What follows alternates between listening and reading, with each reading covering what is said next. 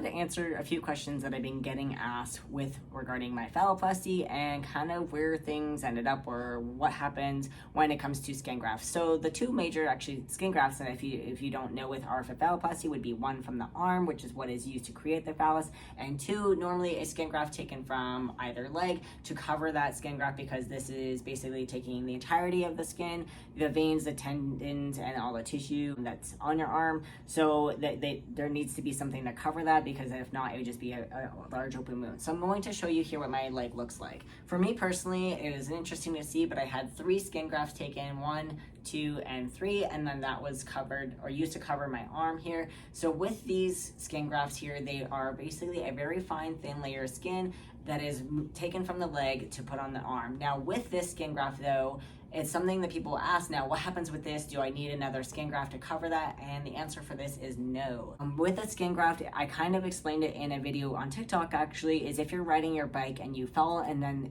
hit your elbow or skin your elbow, what you would do is you go home, you cover with some ointment, cover with gauze, and then you're good. Basically, it's gonna take a little bit, but it will heal on its own. Same thing with the skin graft. It's just such a fine, thin layer of skin. You do not need to go and have another skin graft to cover that. It's basically, it's just such a thin layer that all you need to do is cover it, put some ointment on it, and it will heal on its own. Over time too, because it's such a thin layer of skin that was taken, usually it would heal to the point either to be very minimal to see or just invisible completely. So I know it takes some time for my scars to usually fade, and even then sometimes some of my scars don't go away. It just depends on what the injury to the scar is, so we'll see what happens. But yeah, it is something that will heal on its own. Now with your arm though, because like I mentioned, you'd have to get the skin grafts from the leg, and then the severity of the scar though will usually be a bit more visible than the leg. A lot of people eventually may end up getting a tattoo on their arm, which is I'm hoping to plan is a full sleeve, because you know, it's not that the scar bothered me, I just always really wanted a arm sleeve, but also too that it will cover the scar and take away from the look of any visible like scarring that is due to the complications. So yeah, eventually I would like to do that, but again, like I know this will be more visible than my leg, just because like I said, the severity of the scarring and just like how deep everything was. But yeah, with the arm, I've been asked, you know, with phalloplasty, what happens if I had like a lot of hair as I did, or if I had tattoos on my arm, now what happens to that?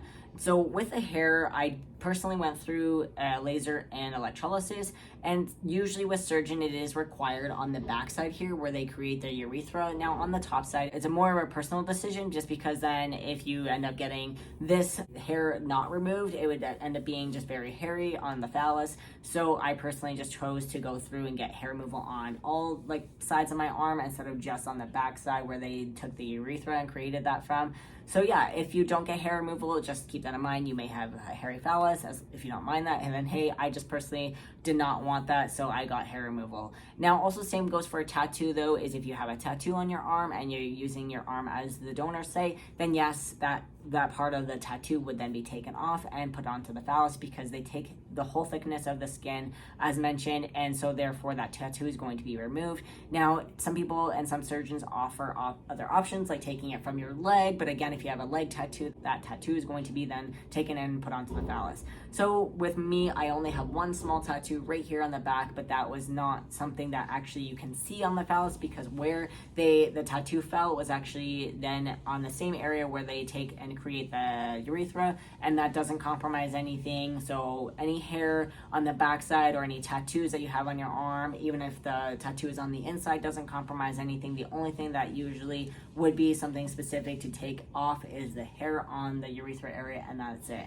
So yeah, I hope that answers those questions, and I just wanted to kind of talk about those, as I've been getting asked quite frequently about, you know, what happens with my leg, does that need to be covered, or what happens with the arm with the tattoos and hair. So I really hope that helps to answer those 2 questions. If you have any more, always feel free to put them down in the comments. And also too, if you would like, there will be a link in the description, and it'll give you access to my Amazon wishlist and recovery tip option if you want to help and support in that way, as it is truly and greatly appreciated. But anyways, I hope you enjoy this video, and bye for now.